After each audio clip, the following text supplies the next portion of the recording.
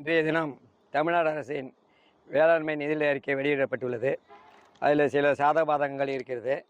அதில் முன்னாடி ஆட்சியில் இருந்ததில் சிலதை தொட்டு எடுத்திருக்காங்க. அதே மாதிரி எங்கள்கிட்ட ஆலோசனை கேட்டதுலேயும் சிலதை எடுத்து ஒரு தொகுப்பாக கொடுத்துருக்காங்க.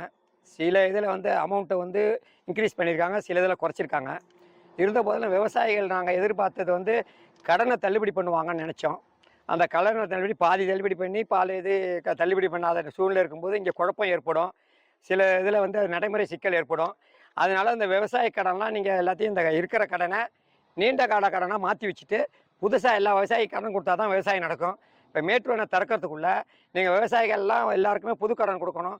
ஆல்ரெடி வெயில் அடித்து ஒரு குருவை பாதிச்சு போச்சு. ஒரு 6 மாதம் விவசாயிகளுக்கு எந்த குழப்பம் இல்லாமல் தொழிலாளர்களுக்கு எந்த குழப்பம் இல்லை.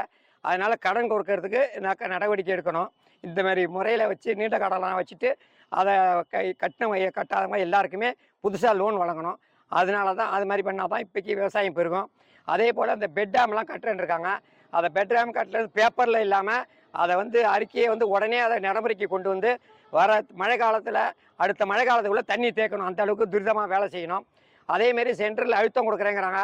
கண்டிப்பாக அழுத்தம் கொடுத்து இந்த போன மாதம் நமக்கு தேர வேண்டிய தண்ணி தந்துட்டா நமக்கு 4 லட்சம் ஏக்கர் சாகுபடி ஆகிருக்கும். அந்த தண்ணி வரல. அதனால் எல்லா நதிநீர் இணைப்பை மத்திய அரசு அழுத்தம் கொடுத்து நதிநீர் இணைப்பை நினச்சா தான் நமக்கு விவசாயிகளுக்கு எந்த விதமான பிரச்சனையும் இல்லாமல் ஓடிட்டு இருக்கோம். மின்சாரம் அதிகமாக இருக்கும். உங்களுக்கு எல்லா இதுவும் பணம் மிச்சமாகும். அதனால் நதி இணைப்புக்கு முக்கியத்துவம் கொடுக்கணும். இந்த விவசாய கடனால் விவசாயிகள் பெருமளவு விவசாயிகள் அறுதியில் இருக்காங்க. அதுதான் இப்போக்கி உள்ள பட்ஜெட்டில் பாக்கியெல்லாம் ஓரளவுக்கு சீராக இருக்குது என்பதை தெரிவிச்சுக்கிறேன்.